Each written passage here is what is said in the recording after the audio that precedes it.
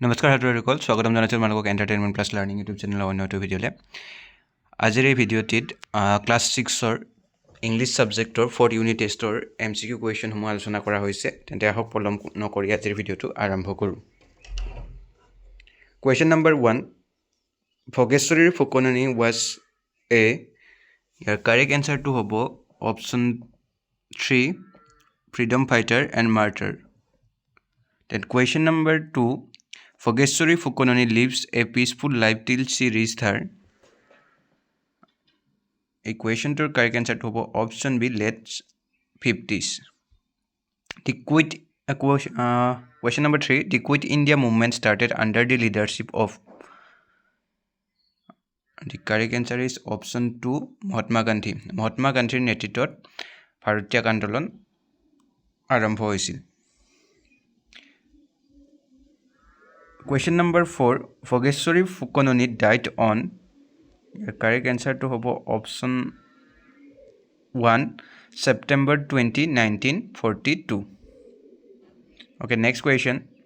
The Quit India movement started in. অর্থাৎ ভারতীয় আন্দোলন আরম্ভ হয়েছিল ইয়ার correct answer to hobo option 1 1942. 1942 সনত ভারতীয় আন্দোলন আরম্ভ হয়েছিল Then question number F. Opposite word of come is অৰ্থাৎ কাম কামৰ বিপৰীত শব্দটো দিছে কামৰ বিপৰীত শব্দটো হ'ব go কাম মানে হৈছে অহা আৰু go মানে হৈছে যোৱা গতিকে কামৰ বিপৰীত শব্দটো হ'ব go অৰ্থাৎ যোৱা Question number G opposite gender of son is অৰ্থাৎ পুত্ৰৰ বিপৰীত লিংগ কি হ'ব অপচন আছে girl sister and daughter গতিকে ইয়াৰ কাৰেক্ট এনসাৰটো হ'ব অপচন 3 daughter পুত্ৰৰ বিপৰীত লিংগটো হ'ব জীয়ৰী daughter মানে হৈছে জীয়ৰী next question number H plural number of men is অৰ্থাৎ মেনৰ plural numberটো কি হ'ব বহুবচন কি হ'ব ইয়াতে কাৰেক্ট এনসাৰটো হ'ব অপচন 1 men men men টো হ'ব এটা কাৰেক্ট এনসাৰ এই মেনটো হৈছে সিঙ্গুলাৰ ফৰ্ম আৰু men এটো হৈছে প্লুৰেল ফৰ্ম ওকে ইয়াতে কাৰেক্ট এনসাৰটো হ'ব option 1 next question I singular number of babies is অৰ্থাৎ বেবিৰ এই বেবি শব্দটো হৈছে প্লুৰেল নাম্বাৰ এই বেবি শব্দটোৰ সিঙ্গুলাৰ ফৰ্মটো কি হ'ব ইয়াৰে সিঙ্গুলাৰ ফৰ্মটো হ'ব অপচন 2 বেবি ওকে ইয়াতে কাৰেক্ট এনসাৰটো হ'ব baby BABY okay next question number J past tense form of play is অৰ্থাৎ play শব্দটোৰ অতীত কাল হ'ব অৰ্থাৎ past tense form টো হ'ব ইয়াতে কাৰেক্ট আনসাৰটো হ'ব played okay ed লগ হ'ব ইয়াতে played শব্দটোৰ লগত next question number K past participle form of do is অৰ্থাৎ doৰ past participle form টো কি হ'ব option 1 ত দিয়া আছে done option 2 ত দিয়া আছে did option 3 ত দিয়া আছে does ইয়াৰে আমি জানোৱে doৰ past participle form টো হ'ব done okay doৰ past tense form কি did আৰু ইয়াৰ past participle form টো কি হ'ব done গতিকে ইয়াতে কাৰেক্ট এনসাৰটো হ'ব option 1 done okay question number L dash sun is bright ইয়াৰে কাৰেক্ট এনসাৰটো হ'ব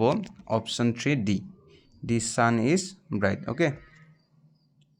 then question number M this is dash orange option টুত আৰ্টিকল বহাব লাগিব খালি ঠাইত গতিকে ইয়াতে কাৰেক্ট এনসাৰটো হ'ব option 2 N this is an orange যেহেতু ইয়াতে orange শব্দটো প্ৰথম আখৰটো vowel okay then question number N this is dash university ইয়াৰে কাৰেক্ট এনসাৰটো হ'ব option 1 A this is a university ইয়াতে a কিয় হ'ব যদিও ইয়াত প্ৰথম ইউনিভাৰ্সিটি প্ৰথম আখৰটো ভাৱেল হয় কিন্তু এই ইউনিভাৰ্সিটি শব্দটোৰ ইউ টো কনসনেটৰ দৰে উচ্চাৰণ হৈছে আৰু ইউৰ দৰে উচ্চাৰণ হৈছে সেই কাৰণে ইয়াত n নহয় a ব্যৱহাৰ হ'ব the birds fly choose the verb অৰ্থাৎ এই birds fly বাক্যটোৰ কোনটো ভাৰ্ব হয় ক্ৰিয়াটো বিচাৰি উলিয়াব দিছে ইয়াতে ক্ৰিয়াটো হ'ব অপচন 3 fly flyটো হৈছে ইয়াতে ক্ৰিয়া উৰা fly মানে হৈছে উৰা okay Ajay is an intelligent boy choose the adjective এই বাক্যটোৰ পৰা adjective অৰ্থাৎ বিশেষণ শব্দটো বাছি উলিয়াব দিছে বিশেষণ মানে কি বিশেষণ মানে হৈছে যি পদে